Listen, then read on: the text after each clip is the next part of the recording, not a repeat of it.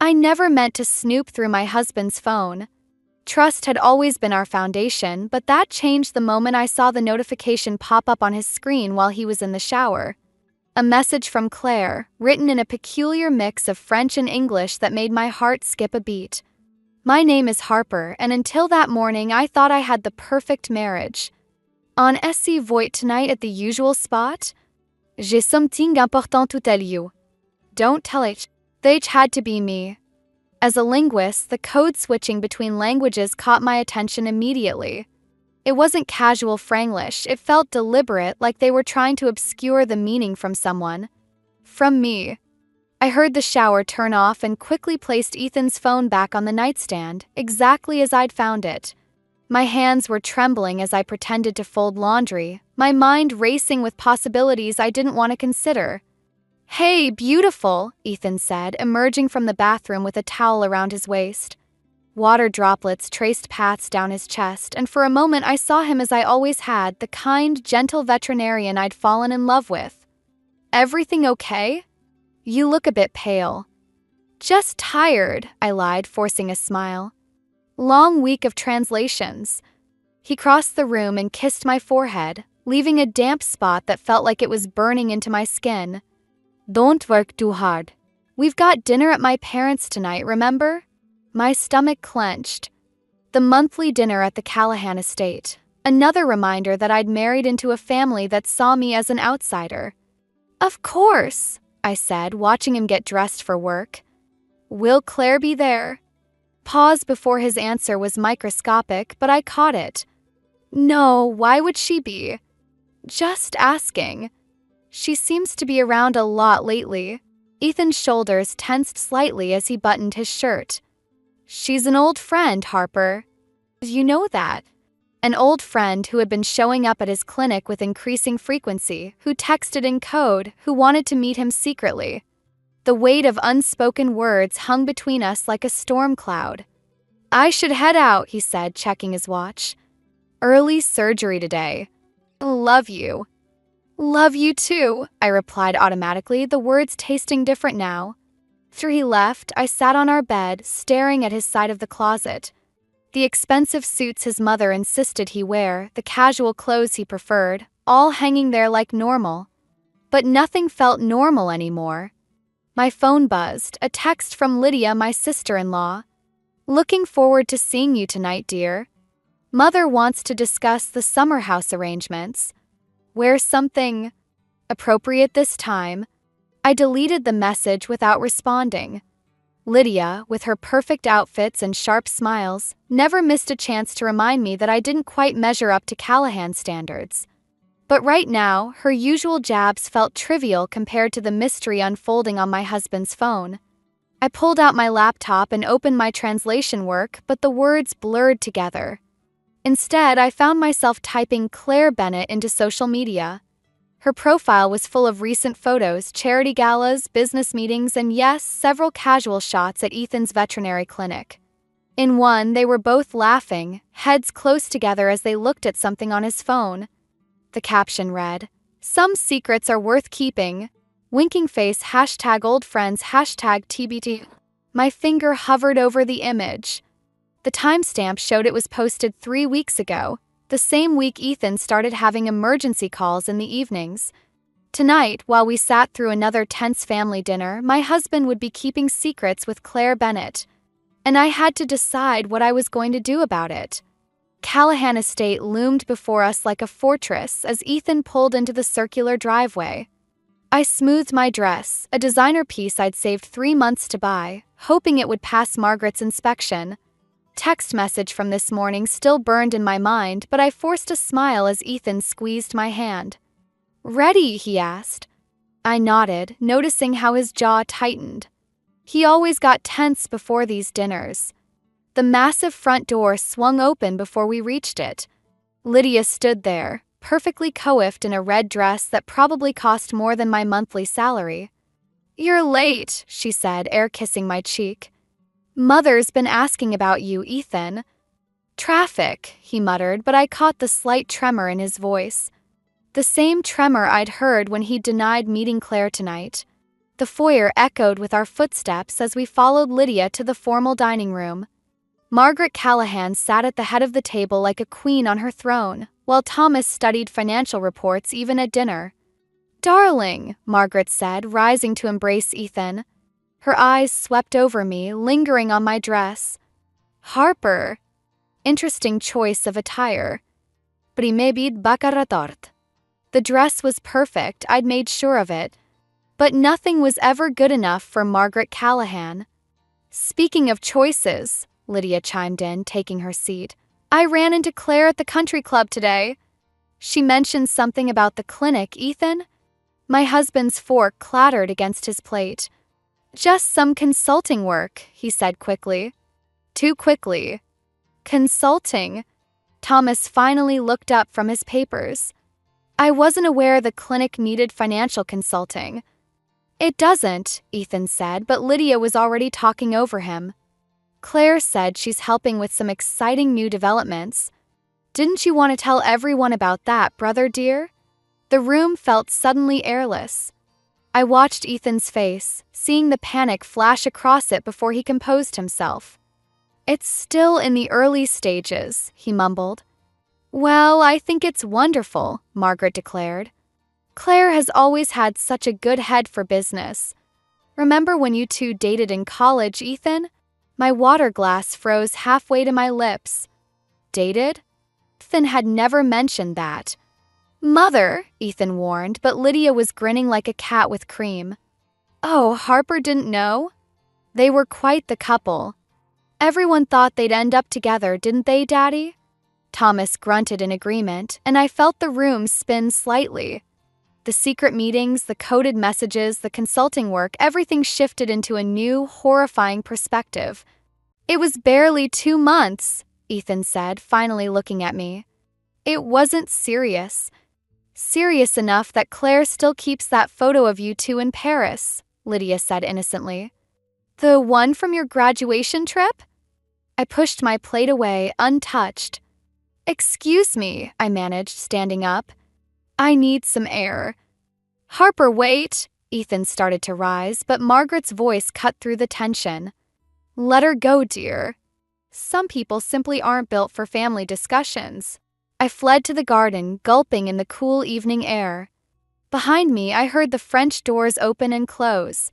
Expecting Ethan, I turned, only to find Lydia approaching with 2 wine glasses. "Peace offering," she said, extending one to me.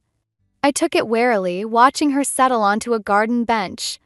"You know," she said, swirling her wine, "Claire's always been more our speed. The right background, the right connections. But Ethan chose you." She smiled, but it didn't reach her eyes. "For now." What's that supposed to mean? Just that things change. People realize their mistakes. Thinking of which, Claire mentioned she's looking at properties in our neighborhood. Isn't that interesting? My grip tightened on the wine glass. "Why are you telling me this?" Lydia stood, brushing invisible dust from her dress. "Consider it a friendly warning. Some battles aren't worth fighting, Harper. Especially when you've already lost." She left me there, holding a glass of wine I wouldn't drink, while somewhere across town my husband was meeting the woman he'd never told me about. The woman his family clearly wished he'd married instead of me. I pulled out my phone and opened Claire's social media again.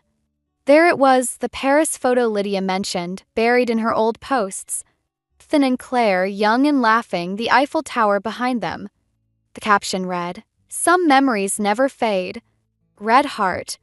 My hands stopped shaking as a cold clarity settled over me. If they wanted a battle, they'd get one. The next morning, I did something I'd never done before. I followed my husband to work. Ethan's emergency call the previous night had stretched until midnight, and when he finally came home, he smelled of expensive perfume and guilt. I parked across from his veterinary clinic, watching the morning unfold through my windshield. The familiar parade of patients, dogs pulling at leashes, cats in carriers, the occasional exotic pet. But at 10:30, a sleek Mercedes pulled into the staff parking lot. Claire stepped out, wearing a business suit that probably cost more than Ethan's monthly mortgage payment. My phone buzzed, a text from Lydia. Thought you might want to know Claire's meeting with our family accountant today. Something about clinic investments. I switched off my phone and slipped into the clinic through the side entrance, nodding to the receptionist who knew me as Dr. Callahan's wife.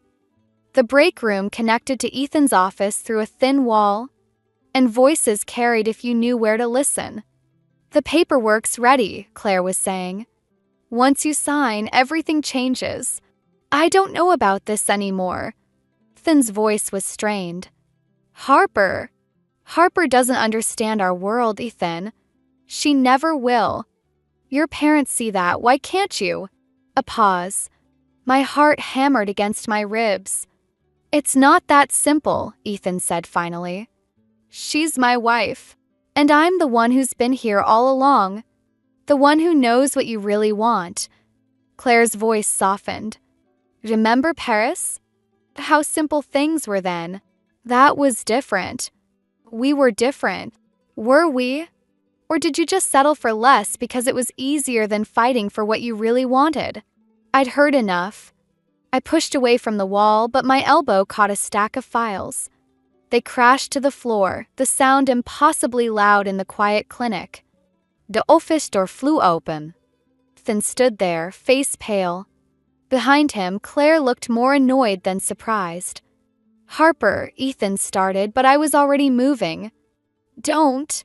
My voice came out steady, surprising even me. Just don't. This isn't what you think, Claire said, stepping forward. We're discussing business investments.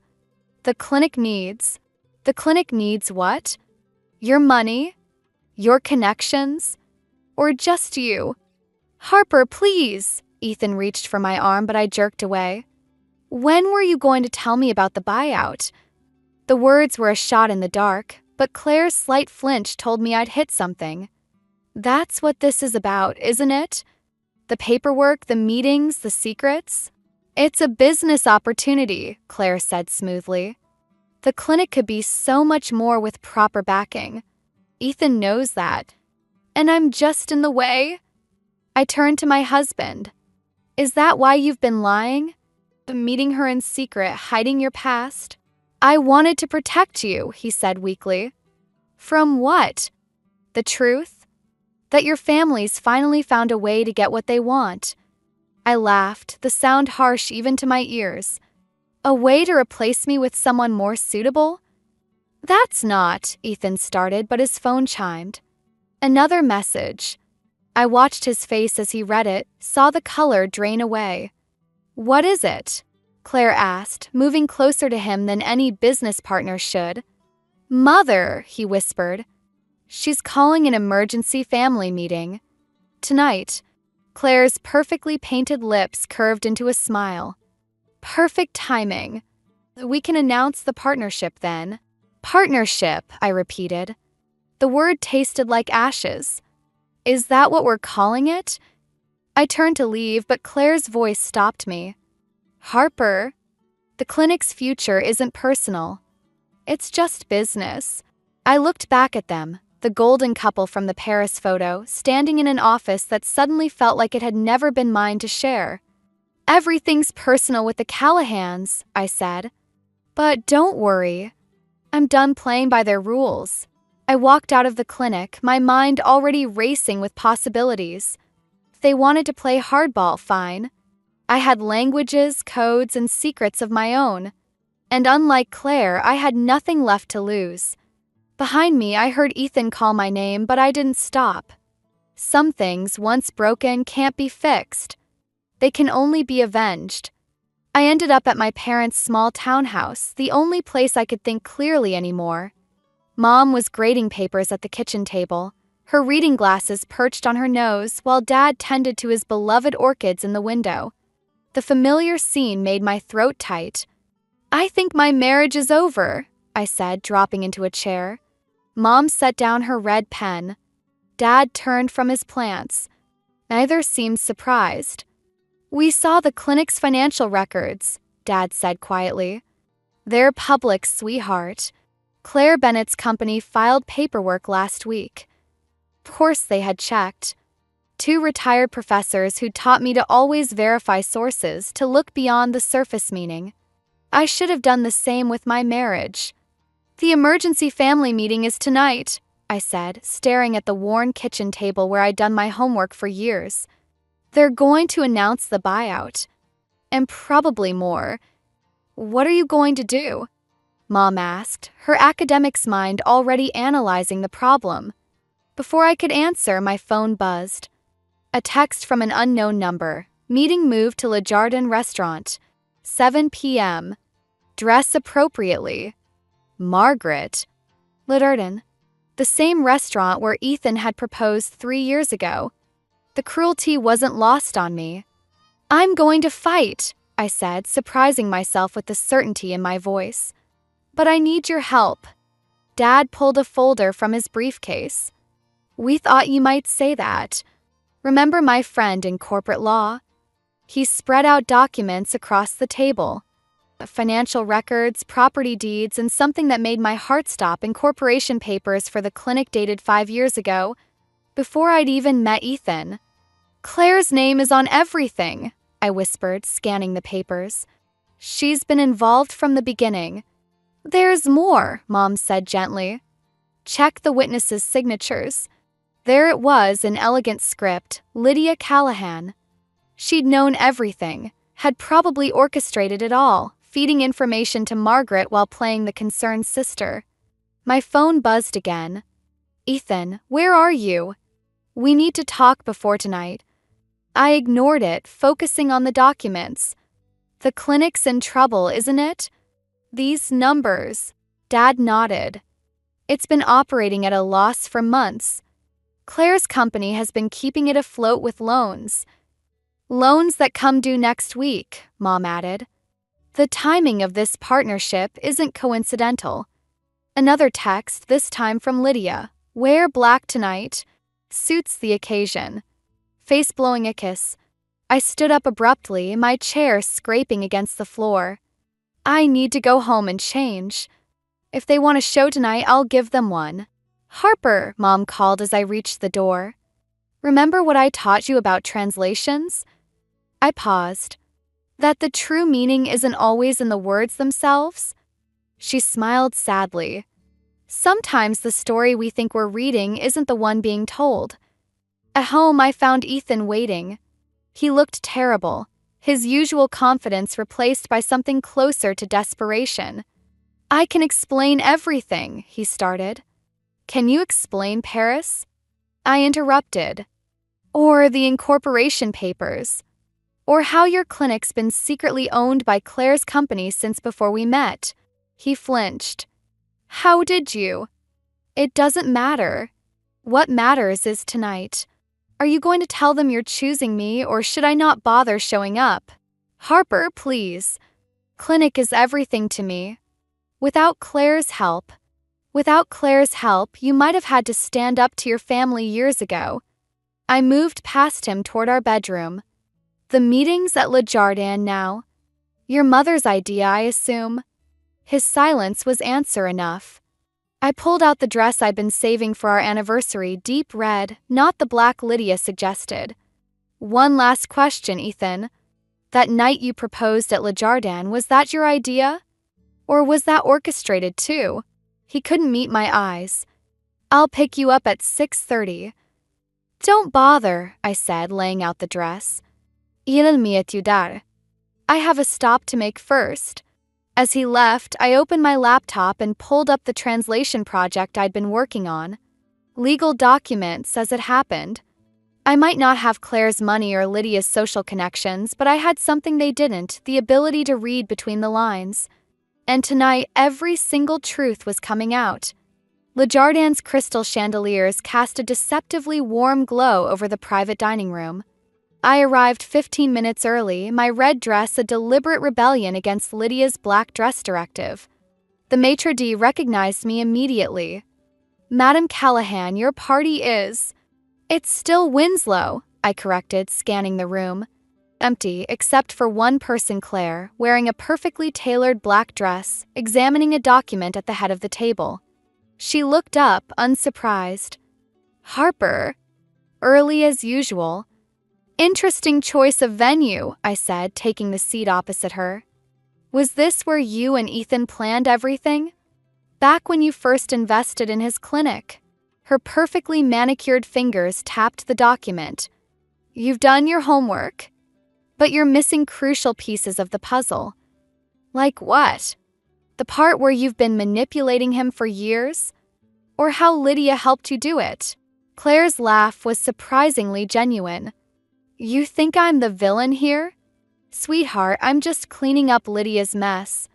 As usual. Before I could respond, the door opened. Lydia swept in, followed by Margaret and Thomas. Ethan trailed behind, looking trapped. Harper, Margaret's voice could have frozen champagne. That dress is bold. Like your choice of restaurant? I smiled, noting how Lydia positioned herself between Ethan and me. Actually, Claire stood, I chose the venue. For symmetry. Thomas cleared his throat. Let's get to business. The papers are ready. Almost. Claire pulled out a folder. Just waiting on one signature. Harper's. The room went silent. Ethan's head snapped up. What? Lydia's voice cracked slightly. She has no part in this. Actually, she does. Claire slid a document across the table. The clinic's original incorporation papers list both Callahan siblings as beneficiaries. Ethan and Lydia. My hands remained folded in my lap. But Lydia sold her share. To you, Harper. Through a shell company 3 months ago. Claire's smile was razor sharp. She was desperate for cash after her last failed business venture. She didn't read the fine print. Lydia's face drained of color. That's impossible. I never. The transfer documents are in French, I cut in, finally understanding. A language you claim to speak, but actually can't. Unlike me. Margaret's hand gripped her wine glass too tightly. This is absurd. But Thomas was already reviewing the papers, his businessman's eyes catching what his daughter had missed. It's legal, he said quietly. Harper owns 40% of the clinic. Without her signature, there can be no buyout. Ethan stared at me, then at his sister. Lydia, what did you do? What she always does, I said, standing. She overplayed her hand. Those late-night calls you thought were between Ethan and Claire? They were Lydia, begging Claire to cover her gambling debts. You little, Lydia lunged forward, but Claire caught her arm. Enough, Claire snapped. This ends now. Harper, name your price. I pulled out my own document. Already done. Full ownership of the clinic transfers to Ethan. Alone. No family interference, no outside investors. And in return? Thomas asked. I walk away. From everything. The marriage, the family, all of it. I met Ethan's devastated gaze. It's what you wanted, isn't it? Freedom from having to choose? Harper, please, he started, but Margaret cut him off. Done. Thomas, call the lawyers. Not done, I said, my voice steady despite my racing heart. One more condition. Tell them, Claire. Tell them what really happened in Paris. Claire's composure cracked just slightly. That's not relevant. I stood, gathering my things. Everything's relevant when you're rewriting history. You have until midnight to decide. Oh, and Lydia? I paused at the door. Black really isn't your color. I walked out of Le Jardin into the cool night air, leaving behind a room full of carefully constructed lies beginning to unravel. My phone buzzed, a message from my mother. Remember, sometimes the best revenge is letting them destroy themselves. I smiled, hailing a cab. The night wasn't over yet. The midnight deadline came and went.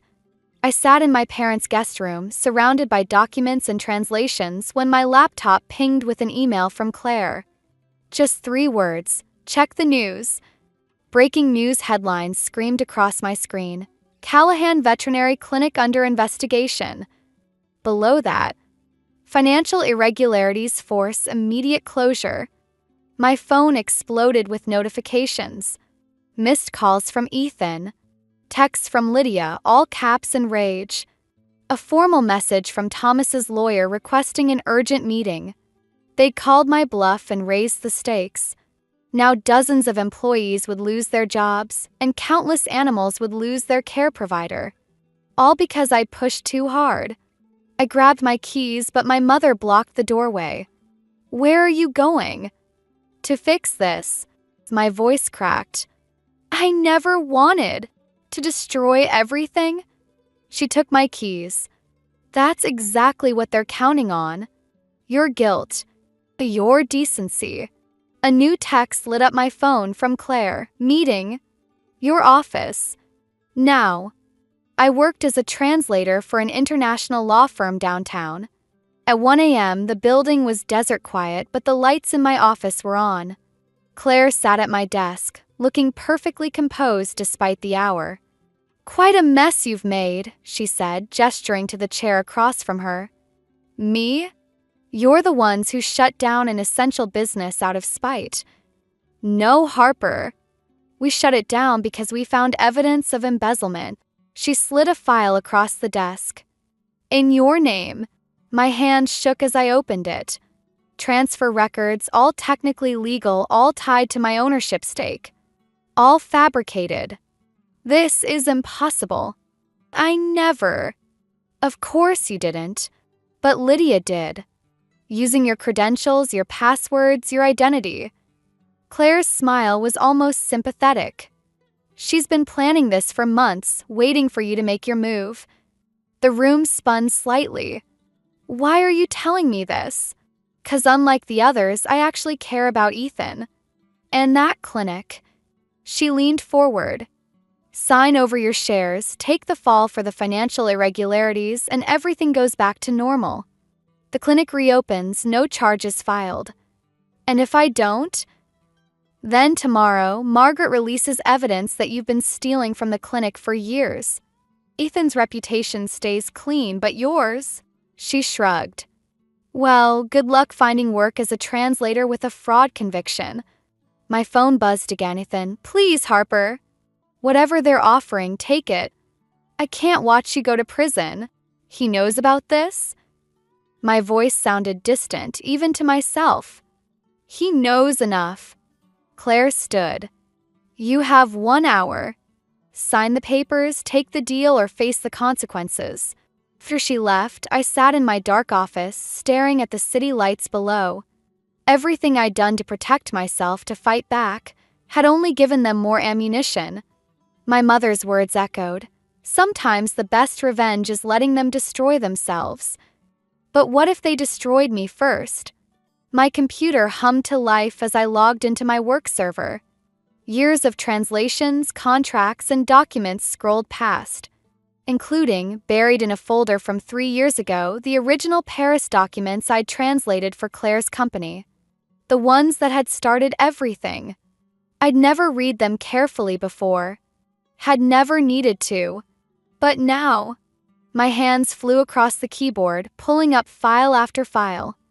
French contracts, German amendments, Italian addendums. A pattern emerged, one that made my breath catch. A new email arrived from Lydia. 1 hour left, dear sister. Tick-tock. I looked at the papers Claire wanted me to sign, then back at my screen. The truth that had been hiding in plain sight for years, wrapped in layers of languages and lies. My phone rang, Ethan again. This time, I answered. "Don't sign anything," he said immediately. "Harper, I remember Paris now. All of it. And I know what Claire." The line went dead. I stared at the phone, then at the documents, then at my computer screen with its web of international transactions and hidden truths. They'd pushed me to my lowest point, thinking I'd break. Instead, they'd pushed me right where I needed to be, at the bottom, with nowhere to go but up. And up meant burning everything down. Callahan family gathered in Thomas's study, exactly where I knew they'd be. Margaret perched on the leather sofa, Lydia paced by the window, and Claire stood near Thomas's desk, all of them waiting for me to sign away everything. I walked in wearing the same red dress from Le Jardin, but this time carrying a thick folder. "You're late," Lydia snapped. "Where's Ethan?" "Probably still trying to get his phone working again," I said, watching Claire's expression flicker. Interesting timing for his service to cut out, right after he mentioned Paris. Thomas cleared his throat. "The papers, Harper." "Your hour is up." I placed my folder on his desk. "You're right. It is." I pulled out a stack of documents, the original translations I'd done years ago before I even met Ethan. "Let's talk about what really happened in Paris." Claire stepped forward. "That's not relevant." "It's all relevant." I spread out the papers. "These contracts, written in French, German, and Italian, detail how Claire's company systematically stripped assets from failing veterinary clinics across Europe.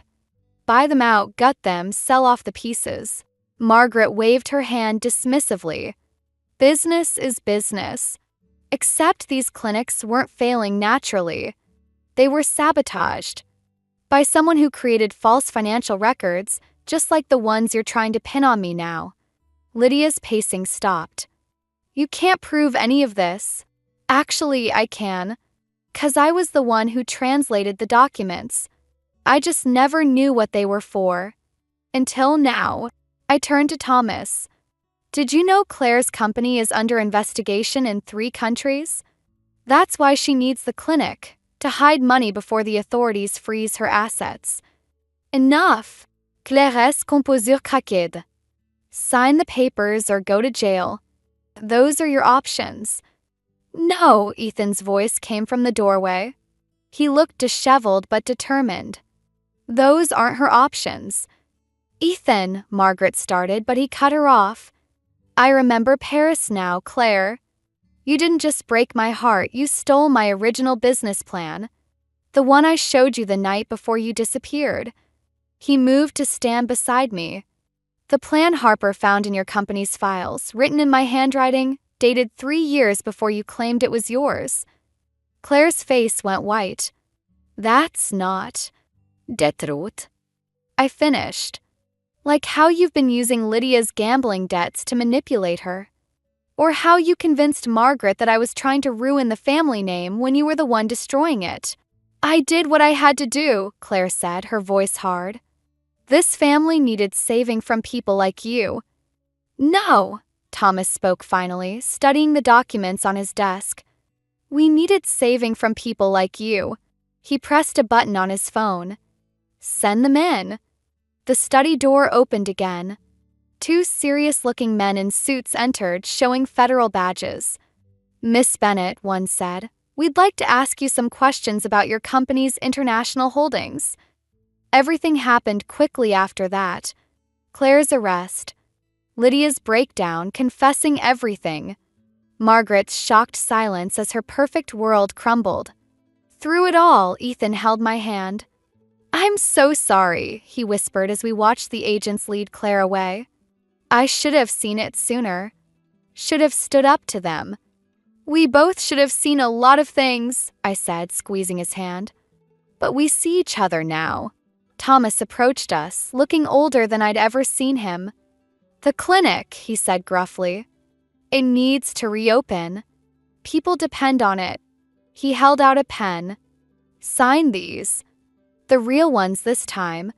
Papers transferred full ownership to Ethan and me. No strings, no hidden clauses. "Why?" I asked. "Because sometimes," he glanced at Margaret, still sitting shell-shocked on the sofa, "family isn't about control. It's about trust." He turned to Ethan. "Something I forgot a long time ago." Lydia stood alone by the window, watching Claire's car disappear down the driveway. "What happens now?" "Now," I said, taking the pen from Thomas, "we rebuild. All of us." I signed the papers, then offered the pen to her. "Starting with the truth." She took it with trembling fingers, and as she signed, I saw something I'd never seen before in her eyes, hope.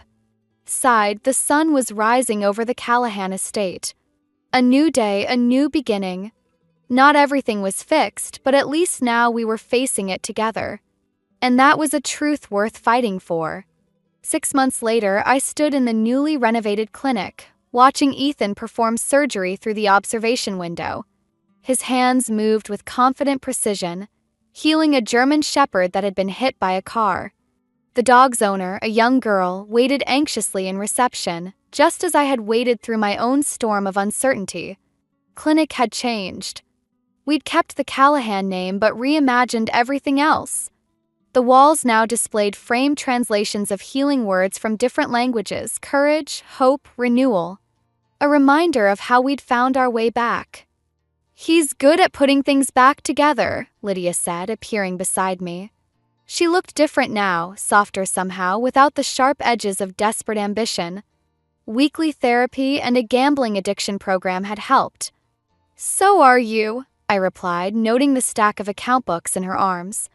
She'd insisted on working here, doing honest books this time, paying her debt to the family one balanced ledger at a time. The surgery light clicked off. Success. My phone buzzed, a text from Margaret. "Dinner tonight? I found your mother's recipe for coq au vin." These new Friday dinners were different from the old ones. No more power plays or hidden agendas, just careful steps toward understanding.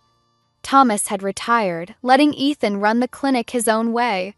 Margaret was learning to love without controlling, though old habits died hard. "Mail came," Lydia said, handing me an envelope. The return address was a federal prison. Claire's letter was short. "I never meant for it to go so far. Paris was supposed to be the beginning of something beautiful, not the start of a lie. Maybe that's what happens when we try to force life into the shape we think it should be, instead of letting it be what it is. Take care of him. Take care of all of them." I folded the letter and slipped it into my pocket, next to the ultrasound picture I hadn't shown anyone yet. Some revelations needed perfect timing. Ethan emerged from surgery, still in his scrubs. "The dog will be fine," he said, wrapping an arm around me. Just needed someone to believe in him. "Like father, like future child?" I whispered. His hand froze on my waist. "Are you?" I nodded, watching joy spread across his face, pure and untainted by anyone else's expectations. Lydia squealed and hugged us both, then quickly composed herself. "I'll reschedule your afternoon appointments," she said, wiping her eyes as she hurried away. Later that night, as we walked home to our new house, modest but ours, Ethan stopped suddenly. "I found something in the old clinic files," he said. "A letter from my father to his father, written when Dad was my age. He wanted to be a teacher, did you know that? But his father convinced him that business was the only acceptable path. Is that why he let you keep the clinic? I think he finally realized that legacy isn't about controlling the future. It's about giving it room to grow." We reached our front door, but I paused before going in. The moon hung full and bright, like the night I'd found that first text message in French. Everything had changed since then, and nothing. "Do you ever regret it?" I asked. "Choosing this life over the one they planned for you?" Ethan touched my still flat stomach, his answer in the gentleness of his hands. "I chose love," he said simply. Everything else just fell into place. Inside, I had translations waiting, honest work for honest pay. Tomorrow, we'd have dinner with both our families, all the sharp edges slowly smoothing into something new and real. And in 7 months, we'd add another chapter to our story. My mother had been right about revenge. Sometimes the best revenge isn't about destroying your enemies, but about building something so beautiful that their shadows can't touch it. I hung my red dress in the back of the closet. I wouldn't need it anymore, but I'd keep it, a reminder that sometimes you have to fight for your happy ending, even if the battle leaves a few scars. Some things, after all, are worth the price of admission.